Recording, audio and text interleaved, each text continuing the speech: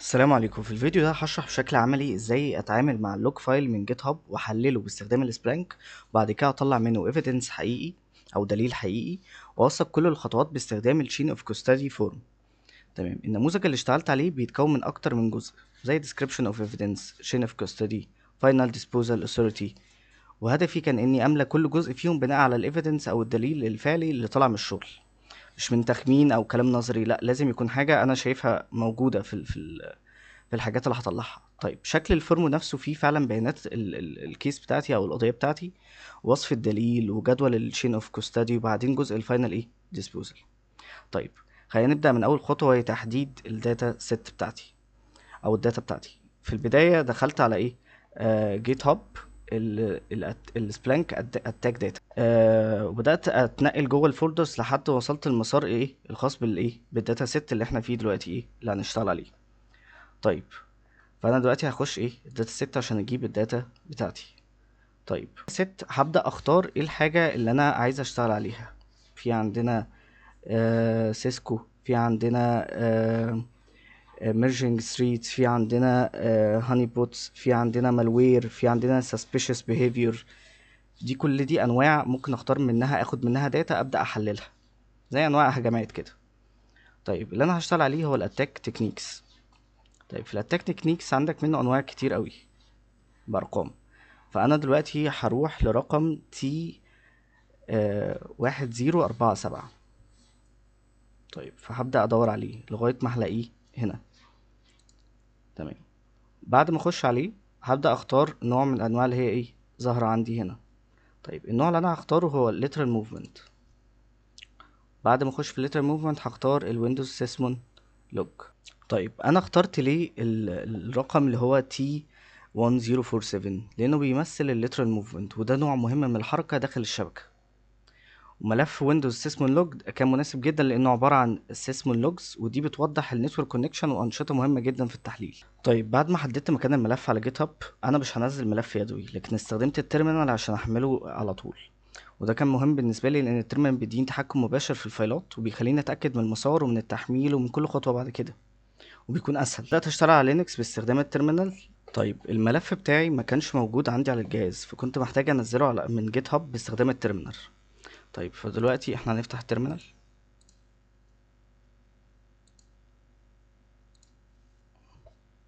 تمام، ده التيرمينال بتاعنا. تمام. وهبدأ استخدم الامر ده عشان انزل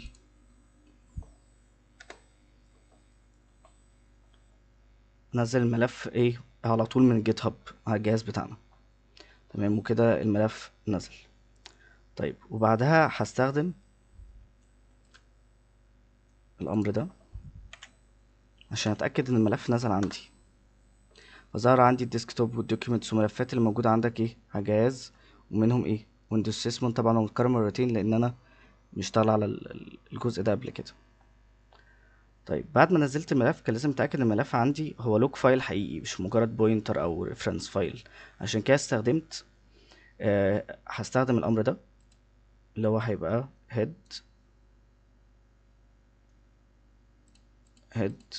windows sysmon log. طيب، انا ليه استخدمته؟ بعد ما اتاكدت ان انا نزلته وهو موجود عندي في الفايلات، لازم افتح الفايل واتاكد ان في حاجات معينه موجوده عشان اتاكد ان الفايل بتاعي كامل، لان انا ممكن انزل الفايل واكتشف ان الفايل ناقص او مش كامل، فساعتها يعمل لي مشكله في السبلانك بعدين لما اجي اعمل ابلود للفايل، لان الايفنتات فيها هتبقى ناقصه وكل حاجه هتبقى ناقصه. طيب، ال ال ال ايه المكتوب هنا؟ ظهر لي الاكس ام ال الاكس ام ال ايفنتس، اللي هي زي الايفنت اي دي والكمبيوتر والسورس اي بي والديستنيشن اي بي والديستنيشن بورت والبروسيس نيم. كل ده ظهر لي، وده بيأكد لي ان الملف صح وكامل عشان اقدر احلله. طيب، زي مثلا اول سطر عندي في الملف، آه فين؟ زي الايفنت اي دي. يعني مثلا زي ما هنا كده ظهر عندي الاكس ام ال سيسمون ايفنتس، زي مثلا اسم الجهاز، آه الايفنت اي دي اهو، مع اي بيس وبورتات تانية واضحة، زي وهكذا. طيب انا هنا ما اعتمدتش على اسم الملف بس، لكن نزلت الملف باستخدام التيرمينال، وبعد كده اتاكدت من محتواه من قبل ما ابدا تحليل عشان ما يحصليش مشكله بعد كده. طيب انا بعد كده عايز اعمل بعد ما اتاكدت من الملف بدات الخطوه اللي بعدها، وهي حساب الهاش. لازم احسب الهاش عشان اتاكد من سلامه الدليل. في الديجيتال فورنسيس الهاش مهم جدا لانه بيشتغل كبصمه رقميه للملف. لو الملف اتغير او حصل فيه اي تعديل قيمه الهاش بتتغير. طيب ايه الامر اللي انا هستخدمه او الكوماند اللي انا هستخدمه؟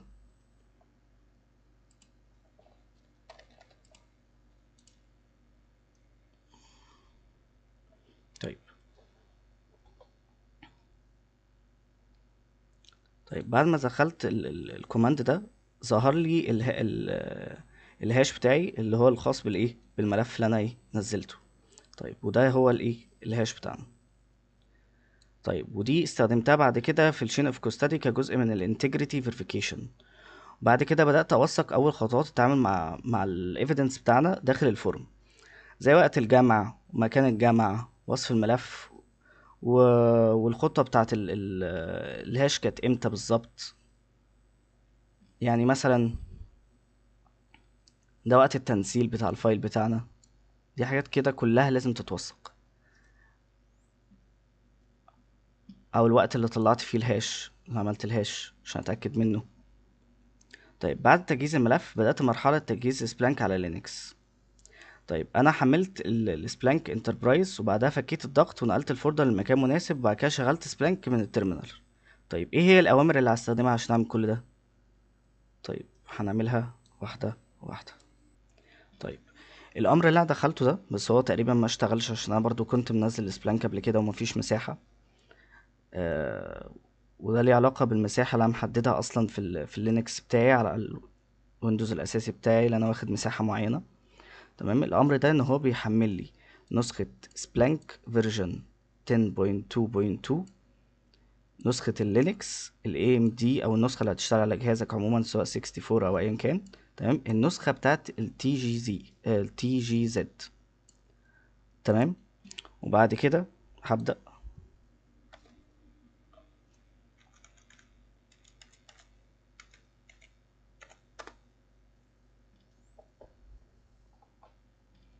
تمام. اعمل فايل السبلانك موجود عندي، ان انا بعمل اكسبت اللايسنس، وبعد كده بقول له اوكي. وبعد كده بخلي الباسورد بتاعي لما باجي بفتح السبلانك admin 1 2 3. وبعد كده ان انا عايز اخليه run as root، ولو ما عملش run as root فساعتها ب... بنفتح سبلانك على طول بكوماند تاني. المفروض دلوقتي ان احنا بعد الكوماندز دي شغلنا السبلانك بتاعنا، فهنخش على الكروم بتاعك او الفايرفوكس على حسب انت شغال على ايه، ونحط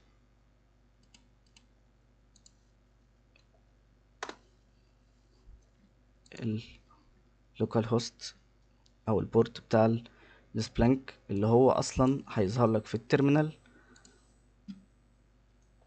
هو ظهر لك اللينك ده اللي هتاخده تعمل له كوبي وتحطه على الكروم بتاعك او الفايرفوكس بتاعك عشان تفتح السبلانك اللي انت نزلته. طيب هو في الاغلب اليوزر نيم بيبقى ادمن لغايه ما انت تغيره، والباسورد بيبقى ادمن 1 2 3. نخش على السبلانك. طيب انا اصلا في التيرمينال قابلتني شويه مشاكل في المساحة وفي في الانجيشن، لكن بعد ما نظمت الملفات ومسحت النسخ اللي مش مهمة، وبعد ما استخدمت الملف الحقيقي بدل البوينتر فايل، قدرت اوصل لمرحلة مستقلة ان انا اقدر اشتغل اصلا على السبلانك، لان أنا كان عندي مشاكل في المساحة. فما كنتش بعرف انزل الفايل بتاع السبلانك كله، او عندي مشكلة في المساحة لما دخلت على السبلانك اصلا ان هو لازم مينيمم يبقى 5000. فدخلت اللي انا عدلتها آه، بقت عدلتها خليتها 1000. طيب دلوقتي بعد ما دخلت على السبلانك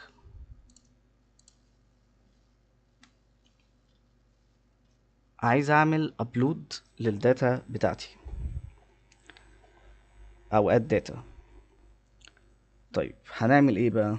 احنا دلوقتي عايزين الفايل بتاع الداتا اللي احنا نزلناه من جيت هاب، فعايزين نضيفه هنا عشان نبدأ ايه التحليل بتاعنا. فكل اللي هنعمله احنا نروح على السيتنجز، بعد كده ندوس اد داتا، بعد كده ننزل على upload files from my computer او upload عموما يعني. تمام، بعد كده select file. select file المفروض يعني ان انت هيبقى في الهوم، وبعد كده الفايل الاساسي بتاعك، بعد كده هتلاقيها موجودة هنا.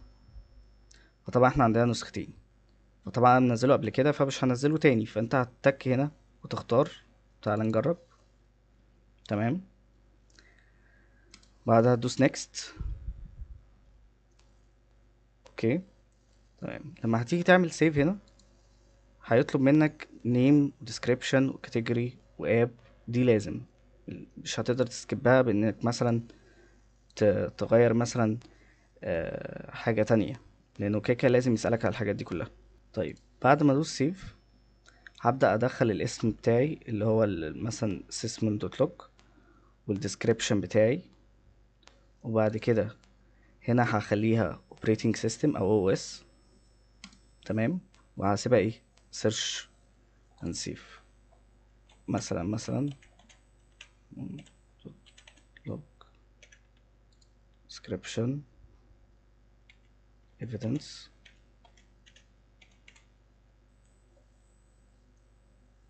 OS save. طيب هنخش على اللي بعد كده. هنا بقى الاندكس بتاعك لازم مهم جدا واوعى تنساها يكون مين. لو حصل بعد ما دخلت سبلانك وما لقيتش الداتا بتاعتك في المين، تمام، هتخش هتعمل اندكس جديد، وده هنقوله بعدين، وهتخليه سيسمون اندكس مثلا.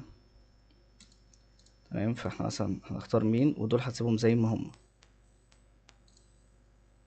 طيب هنا بيعملك ريفيو عشان تتأكد من الحاجة اللي انت ايه اخترتها او حددتها. تمام، وبعد كده ايه بتدوس submit، بيقول لك file has been uploaded successfully. تمام، فهتدوس start searching. طيب بعد ما رفعت الملف دخلت عشان اعمل ايه search و reporting. طيب وبدأت الاول اتأكد ان البيانات دخلت فعلا، وبعد كده بدأت اركز على بتتأكد ان البيانات دخلت فعلا، بتبدأ تظهر لك ايفنتات هنا. تمام، تظهر لك داتا عموما. لو الفايل مش كامل زي ما قلنا قبل كده او التحميل بتاعه غلط، ممكن يظهر لك ايفنت واحد وممكن ما يظهر لكش ايفنتات اصلا.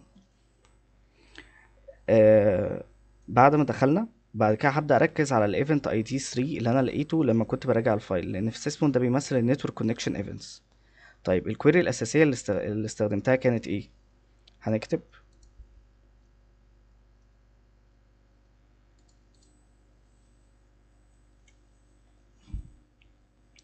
index equal sysmon index event id 3 اللي بدور عليه، هعمل search. طيب ده كان مهم لانه اكد لي ان عندي نتورك كونكشن اكتيفيتي واضحه اقدر اطلع منها ايفيدنس، يعني نتائج البحث ظهرت فعلا 139 ايفنت او حدث من نوع ايفنت اي دي 3. تمام، وده مهم معانا هنستخدمه بعد كده ايه في الشغل بتاعنا. طيب ايه اللي ظهر لي من السبلانك؟ حاجه الانترنال اي بي ادرس، ظهر لي اي بي ادرس انترنال زي آه زي ده، ادي واحد، وظهر لي اهو ادي اتنين، وادي تلاتة. ودي كانت واضحة جوه الايفنتس نفسها. تاني حاجة البورتس، ظهر لي نتورك بورتس زي زي ال 53 وزي ال 8000 وزي ال 135. طيب والبوردات دي كانت مهمة لأنها بتديني فكرة عن نوع الاتصالات اللي بتحصل داخل البيئة. مثلا 135 ظهر كإب ماب، و 53 ظهر كدومين، و 8000 ظهر في اتصالات داخلية متكررة. طيب تالت حاجة اسم الهوست، ظهر لي اسم الهوست اللي هو ده Windows DC 128 attack range dot local. طيب وده مهم انه بيربط الايفنتس بجهاز واحد داخل البيئة. طيب رابع حاجة البروسيس، ظهر لي كمان شوية بروسيس واضحة في اللوج زي السي في سي هوست، زي الدي ان اس، زي الستريم فورورد، ودي كلها ظهرت في نفس النتائج اللي كنت براجعها. طيب خامس حاجة البروتوكولات، زار تي سي بي وزار يو دي بي، وده ساعدني ان انا اوصف طبيعة الاتصالات الحاصل بين الاجهزة بشكل ادق. طيب بعد السيرش الاساسية استخدمت شوية سيرشز اضافية عشان اطلع ادلة اكتر وتكون واضحة اكتر عشان اشوف البروسيس. طيب فهستخدم مثلا table image اللي هو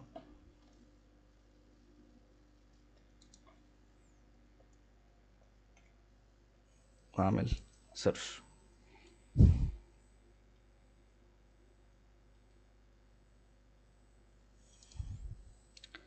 طيب وده ساعدني ان انا احدد اسامي البروسيس الموجودة في الايفنتس عشان اشوف البروتوكولات. طيب لو انا عايز اشوف مثلا البروتوكولات،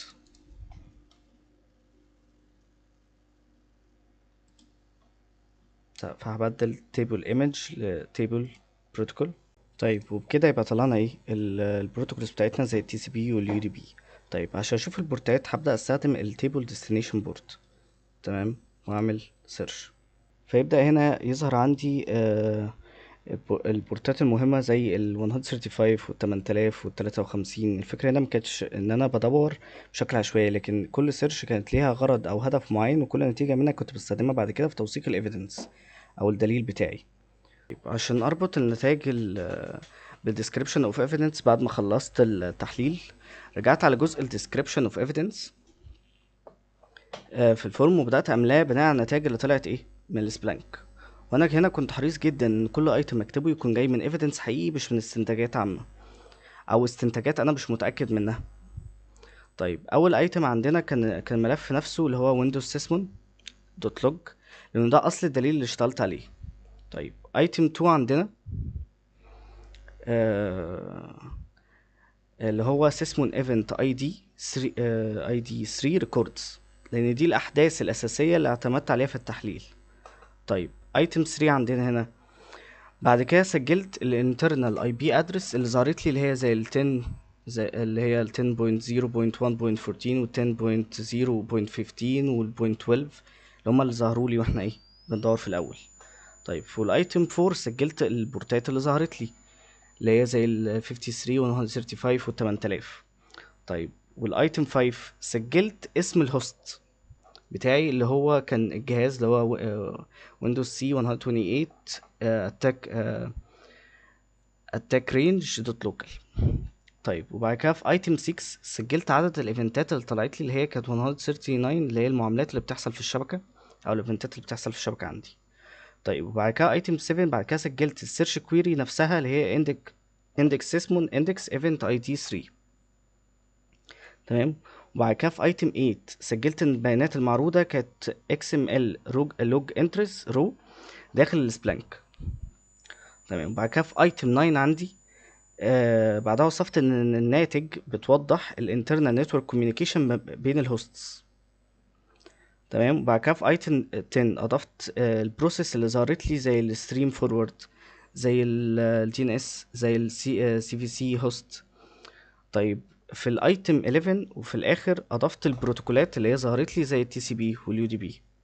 طيب وده خلى جزء الديسكريبشن اوف ايفيدنس مبني بالكامل على حاجات ظهرت لي فعليا في السبلانك، وده مهم جدا عشان اي سطر في الورقه يكون ان انت عندك قابليه ان انت تثبته في الايفيدنس، ويبقى عندك نتيجه مرجعيه اللي اعتمدت عليها اللي هي ظهرت فعلا الاي بيز والبوردز والهوست والبروسيس والبروتوكولات ودي والكونكشنز اللي حصلت ما بين الاجهزه وال وكل الايفنتس اللي حصلت. طيب بعد كده عندنا اللي هو الشين اوف كاستدي. طيب بدأت أملى الجدول بتاع الشين اوف كاستدي، وده الجزء اللي بيوثق رحلة الدليل من أول لحظة لحد التحليل. طيب الفكرة الأساسية هنا إن أي حد يراجع النموذج بعد كده يعرف مين تعامل مع الدليل إمتى وفين وإزاي. فأول سطر وثقت إن الدليل بدأ من جيت هاب من جيت هاب عندي. تمام. وانتقل للجهاز المحلي على لينكس، وبعدها وثقت خطوة حساب الهاش. طيب وبعدها خطوة رفع الملف على إيه السبلانك. يبقى ده الخطوة لما حملت السبلانك بتاعي الاتاك داتا نزلته على ايه اللينكس بتاعي، وبعد كده لما رفعته على السبلانك، ودي عمليه اللي عملت فيها الايه الخطوه بتاعه الهاش، وكل واحده فيهم بيبقى فيها الديت تايم، الوقت بتاعها، ورقم الايتم بتاعها. طيب بعدها خطوه التحليل باستخدام الايفنت اي دي اللي هو الايه النتورك كونكشن. وبعدها كملت خطوات ان انا احفظها واوثقها عشان يبقى عندي chronological unbroken record، يعني سجل زمني متصل بدون انقطاع. تمام.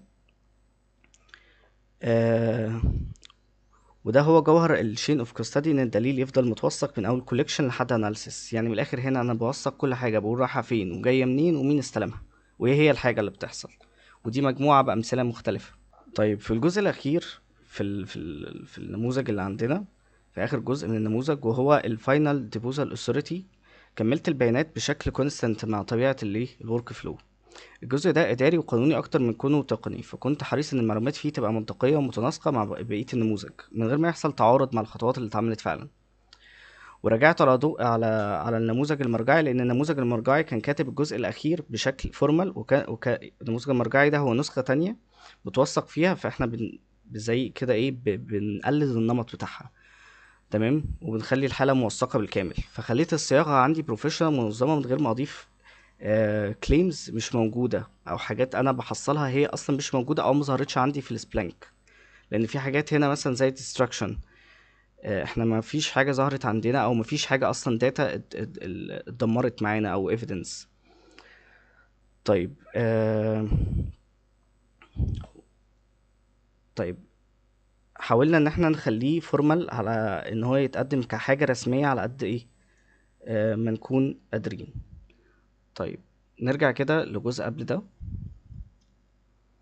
نشرح الحاجه اللي فوق. الريكورد نمبر ده هو الكود بتاع القضيه، اللي هو انا بقول له الكود متكون عندي من ان انا بقول سبلانك ورقم الداتا اللي انا حملتها من جيت هاب، او القضيه او الكيس اللي انا بشتغل عليها. تمام. والتاريخ ده هو الكود بتاعك الايه الكامل.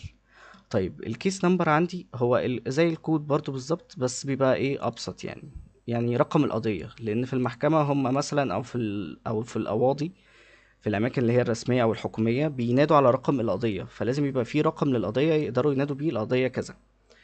طيب الاوفنس او الشيء اللي حصل ليترال موفمنت ده ان في تحركات جوه الشبكه، وده هو نوع زي الاتاك عندنا كده. طيب مين السبميتنج اوفيسر؟ اللي هو الاسم بتاعك والرقم التسجيل بتاعك، او الشغلانه اللي انت شغالها، اللي هو في الاغلب يعني هيبقى سوك اناليست اناليسيست. طيب الفيكتيم الضحيه اللي هو الجهاز اللي حصل عليه ايه القصه دي، اللي هو ايه اللي احنا طلعناه. طب السسبكت احنا هنا ده سيميوليتد، فاحنا عاملين السسبكت بتاعنا او المتهم بتاعنا سيميوليتد ستريت اكتور، بس احنا طلع لنا الاي بي بتاعه او الهوست بتاعه، الاي بي هوست بتاعه اللي هو ايه الرقم ده احنا طلعناه. طيب الديت والتايم اللي هو ايه اللي انت بتوثق فيه بداية الايفيدنس بتاعتك، او بداية التحليل والشغل بتاعك. تمام. واللوكيشن اللي انت جبت منه ايه الداتا. طيب ودول شرحناهم. طيب تعالى نشرح الفاينل ديسبوزال اوثوريتي. طيب في الاوثرايزيشن فور ديسبوزال بيقول لك هنا حدد عدد الايتمز this document. تمام. ومين هو المتهم، فحطينا المتهم اللي احنا قلنا عليه برضو في الاول او المشكوك فيه. تمام. آه طيب بيقول لك هل الايفيدنس دي مش هنستخدمها تاني، فهنقول له لا، انها هترجع ايه للاونر. تمام. عايز النيم والاي دي بتاع الاوثرايزنج اوفيسر او الاوفيسر اللي كان شغال بيعمل بيحلل او بيدور في الايفيدنس. تمام. اللي هو برضه هيبقى اسمك والتاريخ اللي انت بدأت فيه تشتغل. طيب ال witness to destruction of evidence دي اللي هي الأدلة اللي اتدمرت أو ضاعت أو ما كملتش. فاحنا عندنا ما كانش فيه أي حاجة اتدمرت أو مش كاملة أو ضاعت مننا. فكل الخانات دي زي مثلا الايتمز اللي ضاعت عددها not applicable، يعني معناها ان انت مش موجود. اديت كل الكلام ده لما هو مش موثق عندك وانت ما طلعتلوش دليل من السبلانك اللي انت اشتغلت عليه، فهو برضه هيبقى كاتب ايه not applicable. طيب طيب، في الجزء الاخير من النموذج عندي جزء اسمه release to lawful owner. الجزء ده بيحدد مين استلم الدليل بعد ما خلصنا التحليل. طيب، في حالتي انا ما دمرتش الدليل، لكن حفظته وسلمته لجهة مسؤولة، او الجهة الحكومية، او ايا كان الجهة المسؤولة اللي انت بتتعامل معاها، وهي السايبر سيكيورتي ديبارتمنت. او الافضل تكتب الشخص اللي استلم منك في الجهة المسؤولة يعني، بس انت ممكن تكتب الاتنين يكون افضل، وده معناه ان الدليل لسه موجود وممكن يستخدم تحقيقات اضافية او مراجعة بعدين. آه، والجزء ده مهم لانه بيوضح ان الدليل ما اختفاش وما تمش التعامل معاه بشكل عشوائي، لكن تم تسليمه بشكل رسمي لجهة مختصة بعد ما خلصت. طيب، ده بيضمن ان الدليل بيفضل محفوظ وعنده قابلية ان انت تراجعه تاني، وده جزء اساسي من اي عملية ديجيتال فورنسيس. طيب، باختصار شديد، انا بدأت بتحديد الداتا سيت من الجيت هاب، وبعد كده نزلت الملف باستخدام التيرمينال وتأكدت من صحته. تمام، لما فتحنا عملنا كوماند فتحنا بيه الفايل عشان نتأكد من حاجات معينة موجودة، زي الايفنت وزي الاي بي وزي حاجات تانية عشان اتأكد من سلامة الدليل. وبعد كده رفعت الملف على سبلانك وبدأت اعمل سيرشز بعد ما عملت له اد طبعا، وبعد كده ابلود وتأكدت من التايب وتأكدت من الاندكس بتاعتي، وبدأت اعمل سيرشز عشان اطلع النتورك اكتيفيتي. ومن النتائج قدرت احدد الاي بي اللي طلعت لي، الادرس اللي طلعت لي، البورتس اللي طلعت لي، البروسيس اللي طلعت لي، والبروتوكولات. وبعد كده استخدمت كل النتائج دي في كتابة description of evidence. يبقى انا الحاجات اللي بعملها سيرش باخد الداتا بتاعتي اللي انا بطلعها او بصفيها من السبلانك، وابدا احطها في الديسكريبشن اوف ايفيدنس واوثق في الشين اوف كوستادي بشكل كامل. طيب، في النهايه الشغل ده بيوضح ازاي تقدر تتعامل مع ديجيتال ايفيدنس من اول لحظه كوليكشن لحد التحليل والتوثيق بشكل منظم ومحترف. والاهم ان كل خطوه كانت مبنيه على ايفيدنس حقيقي، وده اللي بيخلي اي تحقيق رقمي يكون موثق وقابل للمراجعه. تمام، لان ما ينفعش في اي تحقيق او اي شغل في الديجيتال فورنسيس يكون الداتا بتاعتك مش متاكد منها، مش عامل لها هاش عشان ما تتاكدش ان هو ما اتعملش تلاعب فيها، تتاكد ان الداتا بتاعتك كامله، تتاكد ان انت جايب سيرشاتك صح، مش ضايف حاجات من عندك او مال حاجات من عندك، لان ده ممكن يغير الايفيدنس بتاعك كله، ممكن يحصل مشكله او يكون في مشكله في الداتا بتاعتك او الشغل بتاعك. وده بالظبط الهدف من الشين اوف كوستادي، ان انا اضمن ان الدليل يفضل سليم ومفيش اي فرصه للتلاعب بيه من اول خطوه لاخر خطوه. شكرا.